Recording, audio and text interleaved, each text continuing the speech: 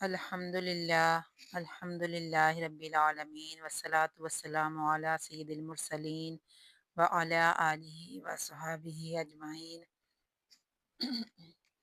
اما بعد فاعوذ باللہ من الشیطان الرجیم بسم اللہ الرحمن الرحیم قال اللہ تبارک و تعالی فی القرآن المجید والفرقان الحمید ایاک نعبد و ایاک نستعین صدق اللہ العظیم و صدق رسولہ النبی الکریم قال اللہ تبارک و تعالی فی شان حبیبہ ان اللہ و ملائکتہ یصلون علی النبی یا ایھا الذین آمنوا صلوا علیہ وسلموا تسلیما۔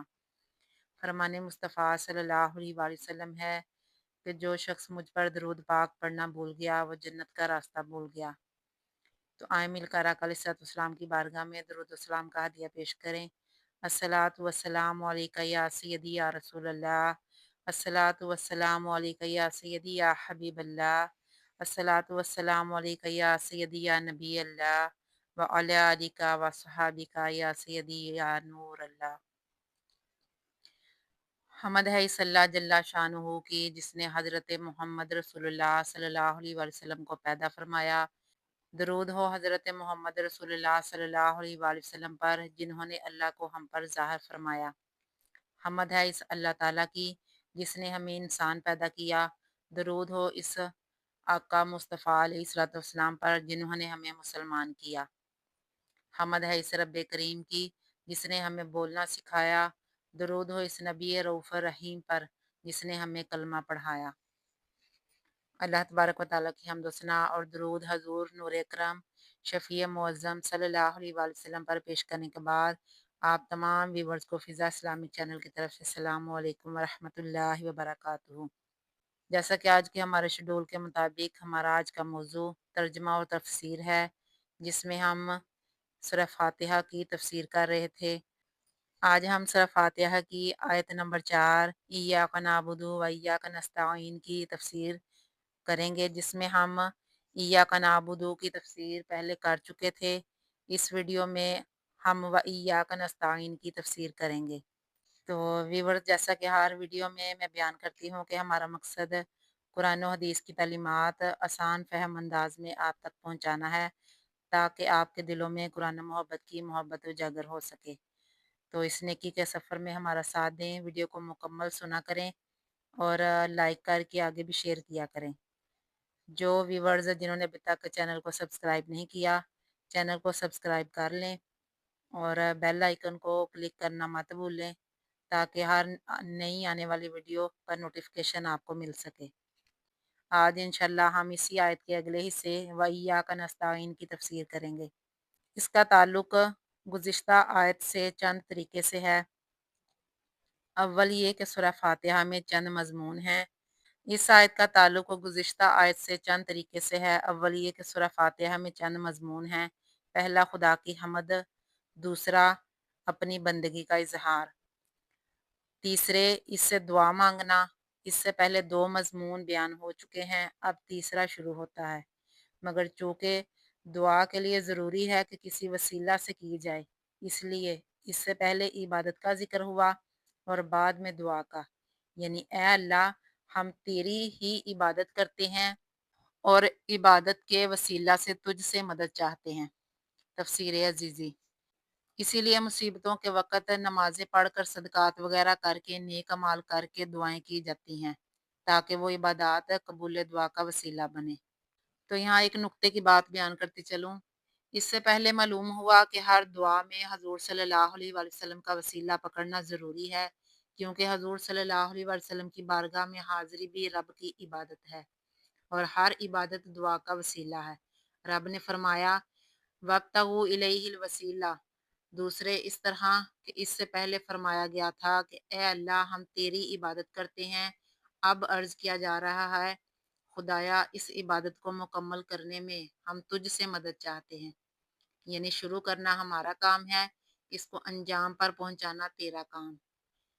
تیسرا تعلق اس طرح ہے کہ عبادت کی کچھ ظاہری شرطیں ہیں جن کے بغیر عبادت ادا نہیں ہوتی، جیسے نماز کے لیے وضو وغیرہ۔ انہیں شرائط ادا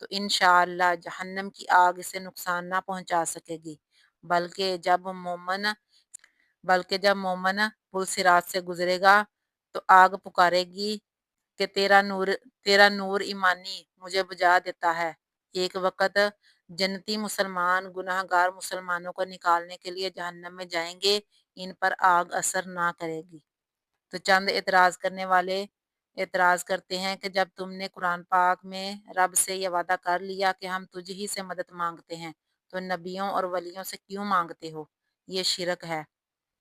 تو اس کا جواب یہ ہے کہ انبیاء اولیاء سے امداد لینا حقیقت میں رب ہی سے امداد ہے، کیونکہ اس کی امداد دو طرح کی ہے، ایک بالواسطہ اور دوسری بلا واسطہ۔